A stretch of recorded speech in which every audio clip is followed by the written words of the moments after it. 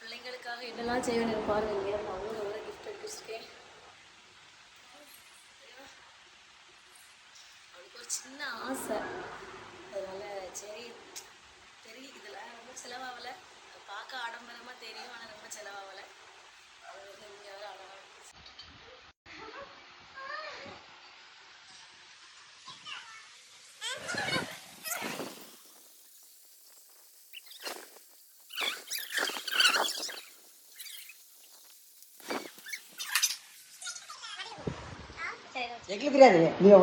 எல்லாரும் எப்படி இருக்கீங்க? நல்லா இருக்கீங்களா?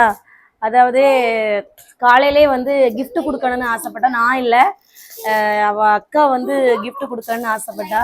அதனால் 11வது பிறந்தநாள் 11 கிஃப்ட் கொடுக்கணும் அப்படின்ட்டு அவள் ஆசைப்பட்டா. ஏன்னா யூடியூப்பில் வந்து பார்த்துருப்பா போல் இந்த மாதிரி பர்த்டே செலிப்ரேஷன்லாம். நாங்கள் இந்த மாதிரி யாருக்கும் அப்படி பண்ணது கிடையாது. சரி, ஆனால் பார்க்க கிராண்டாக இருக்கும், ஆனால் செலவு வந்து ரொம்ப சிம்பிள் தான். நல்லாயிருக்கு. இதுதான் எங்கொண்டைப்பா. அது வந்துட்டு பார்க்க தான் கிராண்டாக இருக்கும், ஆனால் வந்து எல்லாமே கம்மியான ரேட்டில் 11 கிஃப்ட் வாங்கி அழகாக காலையிலேருந்தே அவளை அங்கே பரவட விட்டுட்டு, சரி அவளுக்கு தெரியாமல் இதெல்லாம் 12 மணிக்கு தான் வந்து சர்ப்ரைஸ் பண்ணுவாங்க.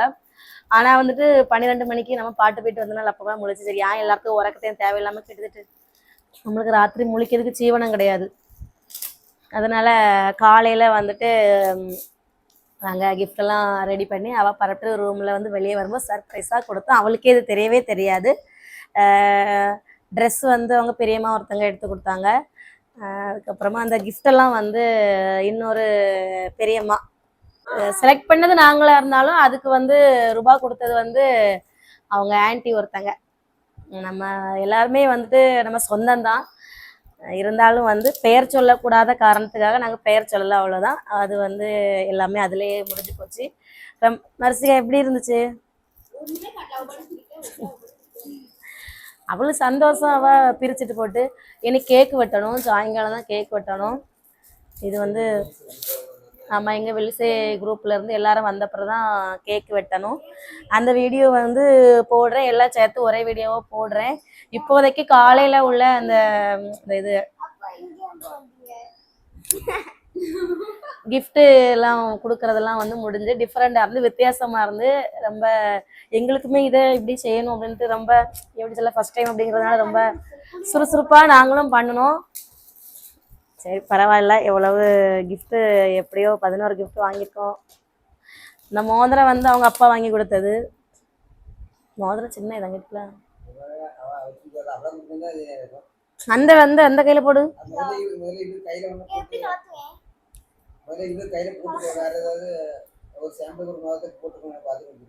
அந்த மோதிரம் லூசா தானே இருந்து உனக்கு, அவளுக்கு தங்க மோதிரம்.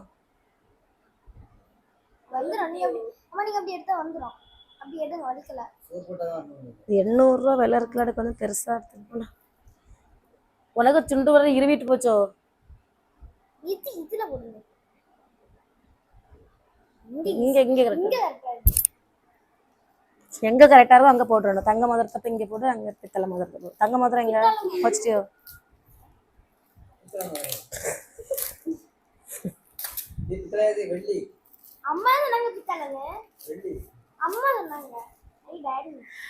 தங்கத்துலலாம் ஃபர்ஸ்ட் மோதிரம் கிஃப்ட் பண்ணோம். அப்பம்லாம் வந்துட்டு கையில கொஞ்சம் பைசா இருந்து, இப்போ ஒண்ணுமே வாங்குறதுக்கு ரூபா இல்லை. வர வர எல்லாத்துக்கும் ஒரு முன்னேற்றம் இருக்கும். இங்கே வர வர எப்படியோ போகும். நிறைய பேர் வந்துட்டு வாழ்த்து சொல்லியிருந்தீங்க, ஹாப்பி பர்த்டே. எல்லாத்துக்கும் நன்றி சொல்லு மர்சி.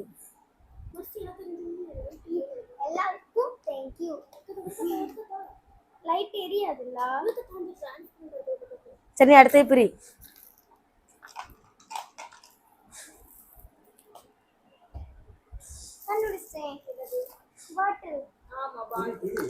அது சின்ன பிள்ளை பச்சை பிள்ளைகிட்ட கொடுத்தாலும் பாட்டுன்னு சொல்லுவேன். உங்க அப்பா மனசுல நினைச்சு நடிப்புனா நடிப்பு, உலகமாக நடிப்புடா சாவி நினைச்சிட்டு நீங்க தான்.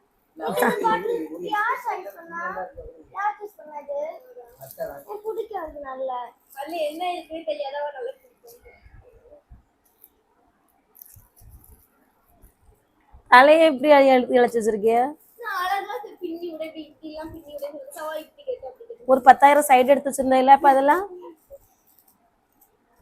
சரி சாயங்காலம் அழகா கட்டி விடுன. 3:30 மணி கேக் கொண்டு வந்துடும் அந்த பிள்ளை.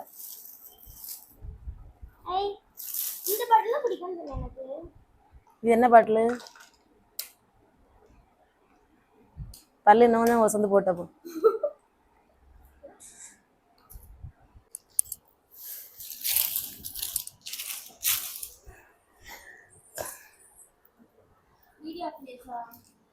இல்ல இது பறக்குங்கடி.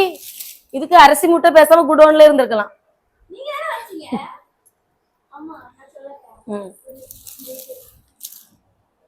ஒரு வழியாட்டு கிஃப்ட் எல்லாம் கொடுத்து முடிச்சாச்சு. ஒரு வேலை முடிஞ்சு இனி 3 மணிக்கு கேக்கு வாங்க சொல்லியிருக்கேன். இனி அப்போ ஒரு வேலை செமையா இருக்கும்.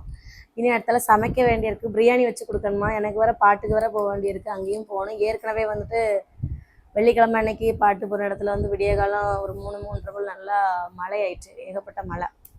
கொஞ்சம் ஸ்டேஜெல்லாம் நனைஞ்சிட்டு மழை. பந்தல்லாம் மழை வரும்னு நினச்சிக்க மாட்டாங்கன்னு நினைக்கிறேன். பந்தல்லாம் ஒரு மாதிரி தான் போட்டுருந்து அதில் கொஞ்சம் நனைஞ்சிட்டோம்.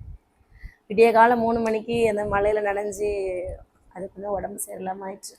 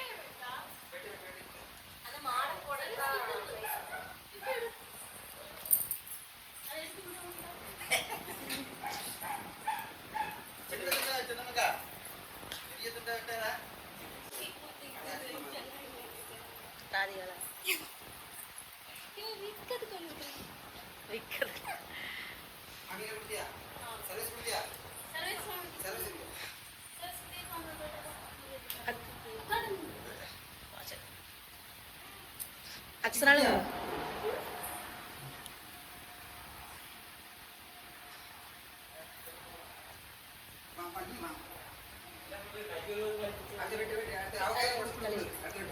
பைப் அங்கே இருக்கல கழிவு.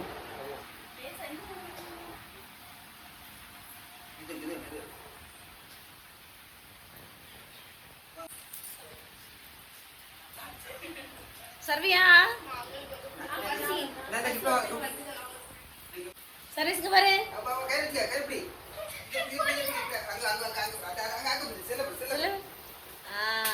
சூப்பர்.